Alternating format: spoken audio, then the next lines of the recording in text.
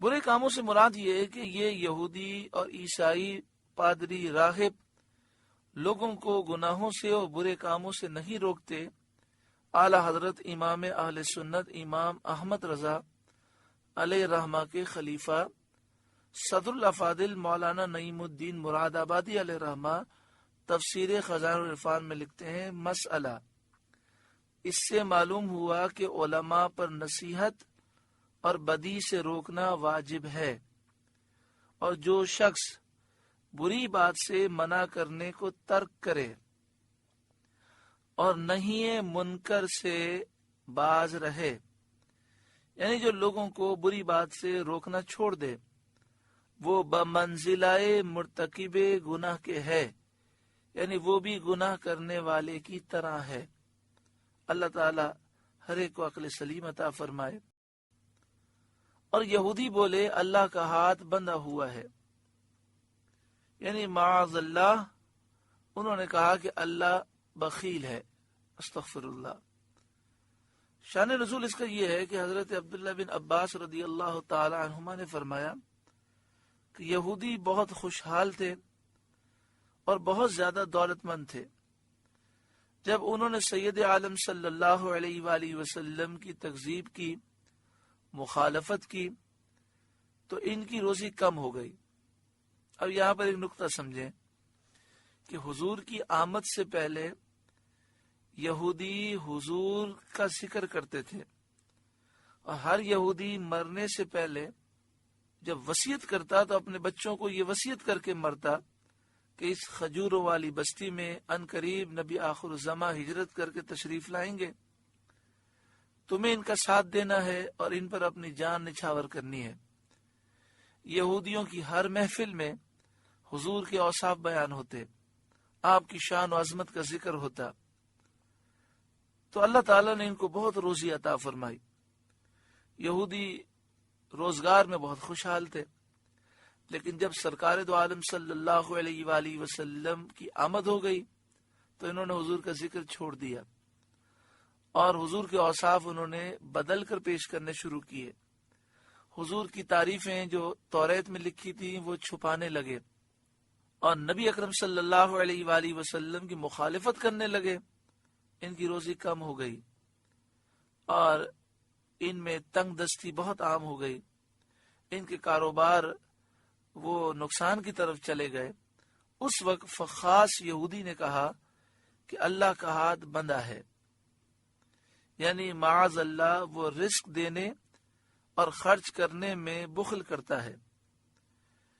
اب یہ بات تو فخاص یہودی نے کہی تھی، لیکن یہاں سب کی مذمت کی گئی۔ اس کی وجہ یہ ہے کہ کسی یہودی نے اس کو اس بات سے منع نہیں کیا، بلکہ سب اس پر راضی رہے۔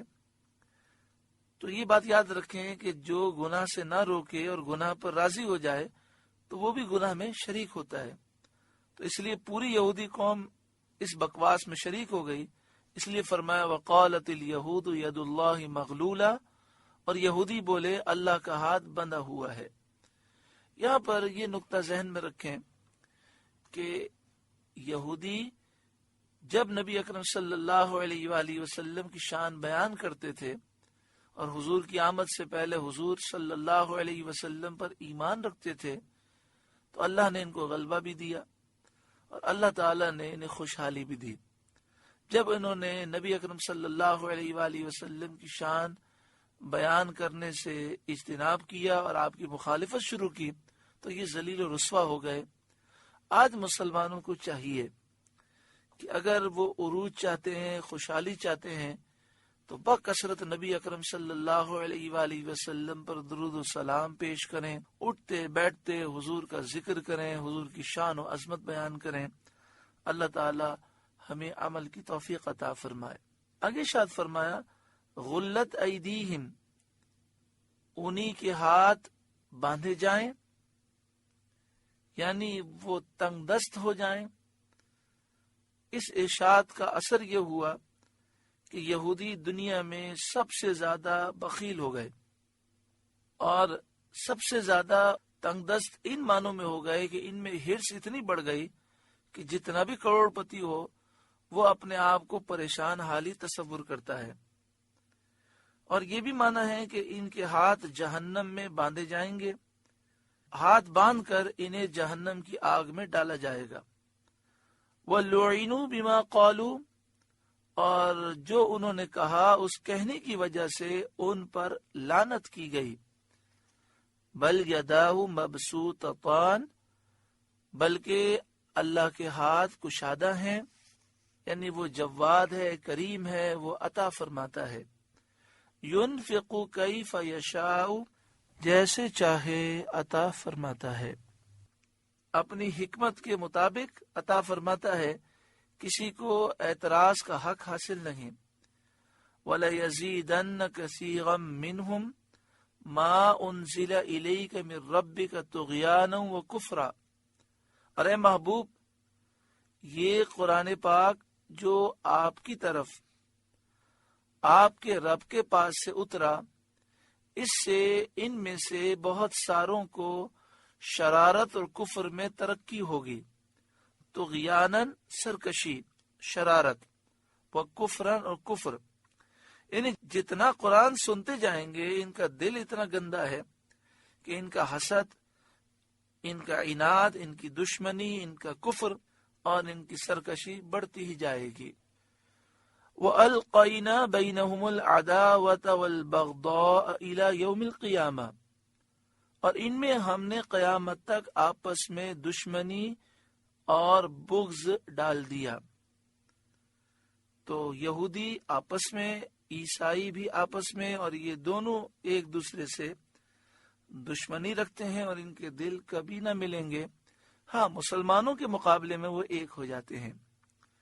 کلما اوقدوا نارا للحرب اطفأها اللہ، کلما اوقدوا نارا للحرب، جب کبھی وہ لڑائی کی آگ بھڑکاتے ہیں، اطفأها اللہ، اللہ اسے بجھا دیتا ہے۔ یہ یہودی لڑائی کی آگ بھڑکانے کی کوشش کرتے ہیں، آج بھی وہ یہی کر رہے ہیں کہ ایک قوم کو دوسری قوم سے لڑاتے ہیں اور چاہتے ہیں کہ سب آپس میں لڑتے رہیں اور پوری دنیا پر یہ حکومت کرتے رہیں۔ وَيَسْعَوْنَ فِي الْأَرْضِ فَسَادًا، اور زمین میں فساد کے لیے دوڑتے پھرتے ہیں۔ وَاللَّهُ لَا يُحِبُّ الْمُفْسِدِينَ، اور اللہ فساد کرنے والوں کو پسند نہیں فرماتا۔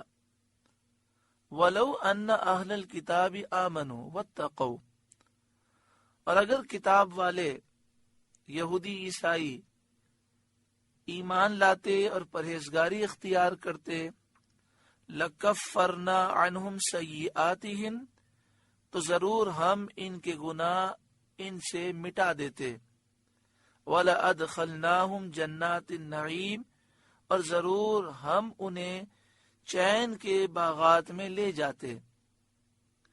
وَلَوْ أَنَّهُمْ أَقَامُوا التَّوْرَاةَ وَالْإِنْجِيلَ، اور اگر وہ توریت کو قائم رکھتے اور انجیل کو قائم رکھتے، یعنی سید عالم صلی اللہ علیہ وآلہ وسلم پر ایمان لاتے اور آپ کا اتباع کرتے، کیونکہ توریت اور انجیل میں اس کا حکم دیا گیا۔ وَمَا أُنزِلَ إِلَيْهِمْ مِن رَّبِّهِمْ، اور جو کچھ ان کی طرف اترا ان کے رب کی طرف سے، اسے قائم رکھتے، اس پر ایمان رکھتے، یعنی تمام کتابیں جو اللہ نے اپنے رسولوں پر نازل فرمائیں، ان تمام کتابوں میں سید عالم صلی اللہ علیہ وسلم کا ذکر ہے اور آپ پر ایمان لانے کا حکم ہے۔ تو اگر وہ رسول اللہ پر ایمان لے آتے اور ان کا اتباع کرتے تو توریت، انجیل اور ساری کتابوں کو وہ قائم رکھنے والے ہو جاتے۔ لَأَكَلُوا مِن فَوْقِهِمْ وَمِن تَحْتِ أَرْجُلِهِمْ، تو انہیں رزق ملتا اوپر سے اور ان کے پاؤں کے نیچے سے، یعنی رزق کی کثرت ہو جاتی اور ہر طرف سے روزی ان کی طرف پہنچتی۔ اس آیت سے معلوم ہوا کہ دین کی پابندی اور اللہ تعالی کی اطاعت اور فرما برداری سے رزق میں وسعت ہوتی ہے۔ آج ہر کوئی پریشان ہے، چاہیے کہ سچی پکی توبہ کریں اور اللہ اور اس کے رسول صلی اللہ علیہ وآلہ وسلم کی فرما برداری کریں، انشاءاللہ ہر پریشانی دور ہوگی۔ منہم امت مقتصدہ، ان میں کوئی گروہ اعتدال پر ہے، ان یہودیوں میں سے بعض وہ ہیں جنہوں نے حد سے تجاوز نہیں کیا۔ جب نبی اکرم صلی اللہ علیہ وآلہ وسلم تشریف لائے تو وہ حضور کو دیکھ کر ایمان لے آئے اور مومن بن گئے۔ وَكَثِيرٌ مِّنْهُمْ سَاءَ مَا يَعْمَلُونَ، اور ان میں اکثر بہت ہی برے کام کر رہے ہیں، یہ وہ ہیں جو کفر پر جمے ہوئے ہیں۔ سورۃ المائدہ کا 9واں رکوع مکمل ہوا۔ اللہ رب العالمین ہمیں اس رکوع کے نور سے روشن و منور فرمائے، عمل کی توفیق عطا فرمائے۔ خاص طور پر اللہ تعالیٰ ہمیں سچی پکی توبہ نصیب فرمائے۔ گناہ صغیرہ ہو کہ کبیرہ ہو، یہ دنیا کو بھی تباہ کرتا ہے اور آخرت میں بھی تباہی کا خطرہ ہے۔ چین، سکون، برکتیں ختم ہو جاتی ہیں۔ اللہ تعالی ہمیں سچی پکی توبہ نصیب فرمائے اور تقوی اور پرہیزگاری نصیب فرمائے۔ آپ سے گزارش ہے کہ قرآن کے اس پیغام کو آگے پہنچا کر ثواب جاریہ حاصل کریں۔